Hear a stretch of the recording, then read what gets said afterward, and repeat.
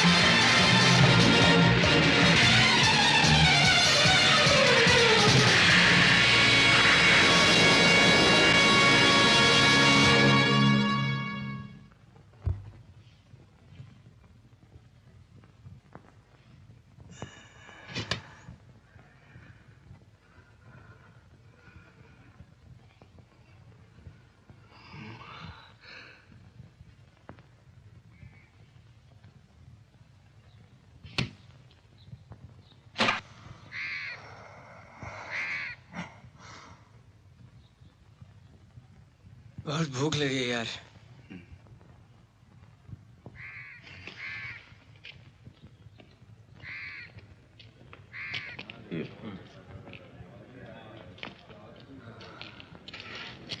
ये कुछ भी दे यार।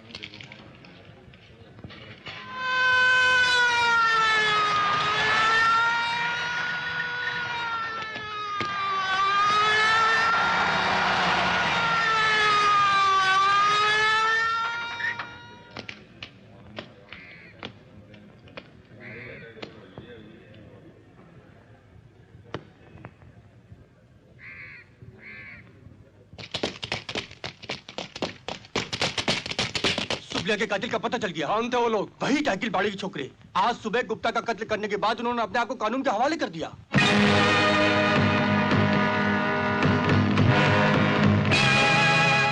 राशिद, मुझे एक पिस्तौल चाहिए, किसी भी कीमत पर। नहीं बेटे, न्याय मांगने का तुम्हारा ये रास्ता गलत है, बिल्कुल गलत है। तो तुम ये चाहती हो कि हमें उसी अन्याय को ही न्याय समझकर चुप रहना चाहिए था?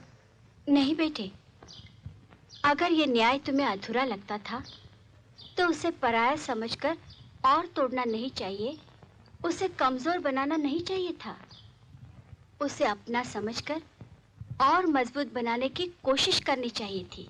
हम भी तो वही चाहते हैं। आज वही न्याय है जो सत्ताधारी करते हैं, किसी की भी जिंदगी को अपने फायदे के लिए तबाह कर देते हैं। हम उनकी अनिर्बन सत्ता पे अंकुश लगाना चाहते हैं ताकि वो डर करें। वो अंकुश किस काम का जिससे दिल में डर पैदा हो, जिसके एक ही घाव से हजारों का खून बहे।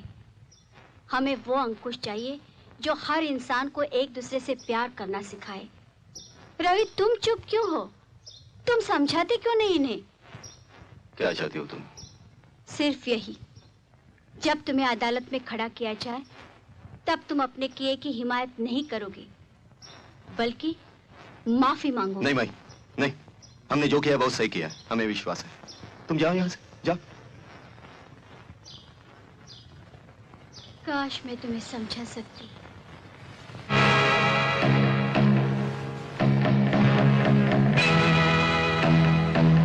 मिलॉर्ड, जिन 4 खून के लिए हमें इस कटोरे में खड़ा किया है, वो चारों खून हमने सिर्फ बदले की भावना से नहीं किए, बल्कि उसके जरिए हमें जाहिर करना है कि उस न्याय से हमारा विश्वास उठ गया है जिसके साए तले हम पल रहे हैं।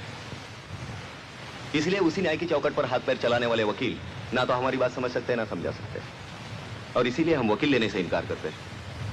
हमें जो भी कुछ कहना है हम खुद पेश करना चाहते हैं। Permission granted. हम चारों वही महारोगियों से बदतर जिंदगी जी रहे थे, जिसे न समाज में स्थान था न घर में इज्जत। लोग हमें पैरासाइट समझते थे, लेकिन हम उन्हीं लोगों के हाथों की शिकार थे जिनके हाथों में सत्ता है।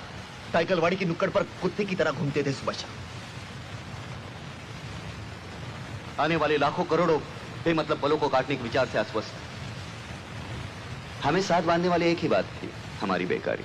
जज साहब, अपन तो पैदाइश ही बेकार था। बचपन से ही सड़कों पे भटकते हुए ये मालूम नहीं था अपने जिंदगी का मकसद क्या है, अपन क्यों जी रहे लाए। आने वाले दिन को काटना यही अपने लिए एक मकसद बन गया। जज साहब, जब ऐसा महसूस होने लगा कि हमारी जिंदगी इसी नुक्कड़ पर सड़ जाएगी, ये माई बैठी है ना माई, उसकी पोती अनीता ने अपन लोग को साथ दिया, नुक्कड़ से उठाकर सही रास्ते पर लाया। जज साहब, ऐसा लगने लगा कि अपने जीने का कोई मकसद है। अपन ने जिंदगी में इतना खुशी कभी नहीं देखा था जज साहब, लेकिन इन हरामजादों ने सब चकनाचूर कर दिया।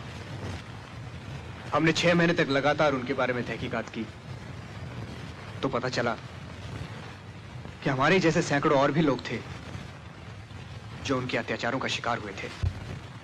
इन लोगों ने क्या क्या अत्याचार किए मैं आपको बताना चाहता हूं। सबसे पहले मैं गुप्ता के बारे में बताऊंगा।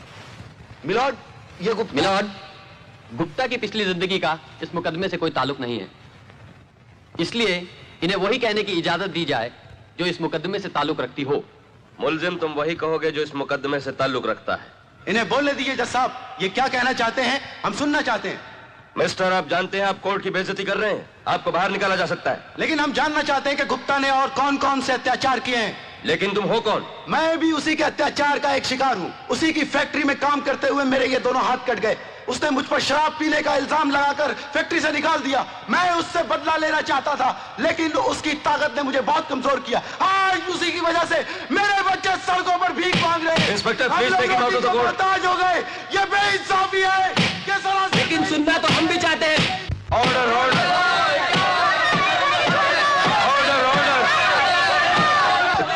ऑर्डर। यहां आया हुआ हर एक आदमी कभी ना कभी उनके अत्याचार का शिकार हुआ था। आज तक वो न्याय मांगते रहे, उनको न्याय नहीं मिला।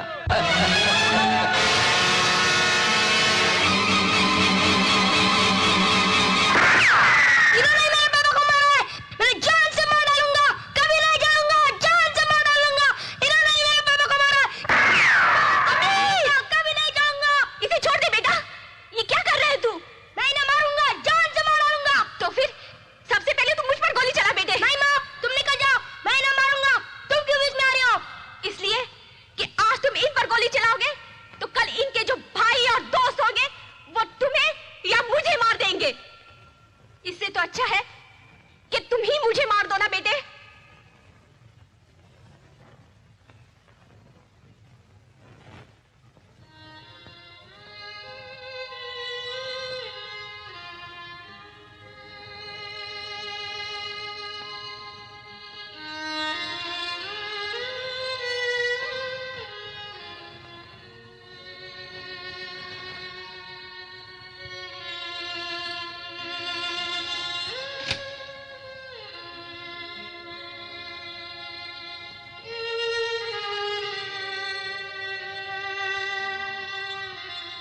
The court is adjourned for the lunch.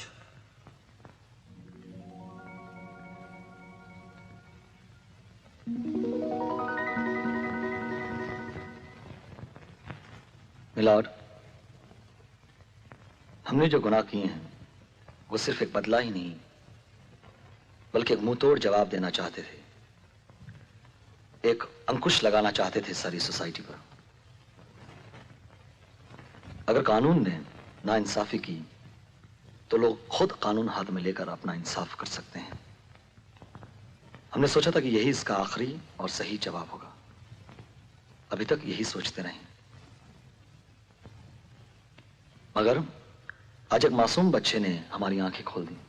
एक मासूम बच्चे के दिल में इतनी नफरत पैदा करने वाला जवाब कभी सही नहीं हो सकता जज साहब। अपन लोग का सोचना गलत था। हिंसा का जवाब हिंसा से नहीं दिया जा सकता।